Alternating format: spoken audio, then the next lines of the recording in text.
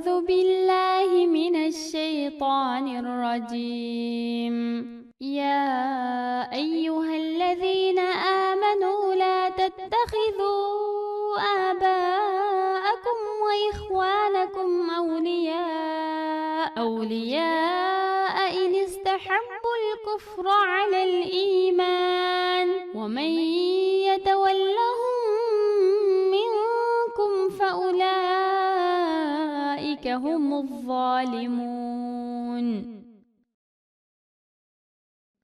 Allahqa, onun payg'ambariga iymon keltirgan va islom shariatiga amal qiladigan kishilar, agar otalaringlar, qarindoshlaringlar kofirlikda ching turib olib, islomga qarshi turishni davomlashtirsa, ularni musulmonlarning maxfiyatligiga munosabatlik so'zlarni qilishadigan, muhim ishlaringlarda maslahatlashadigan yaqin kishilaringlar qatoridan sanamanglar. Sizlardan kimki ularni yaqin kishilari hisoblaydigan va do'st tutadigan, u Allahqa asilik qilgan va o'ziga zulm qilgan bo'ladi.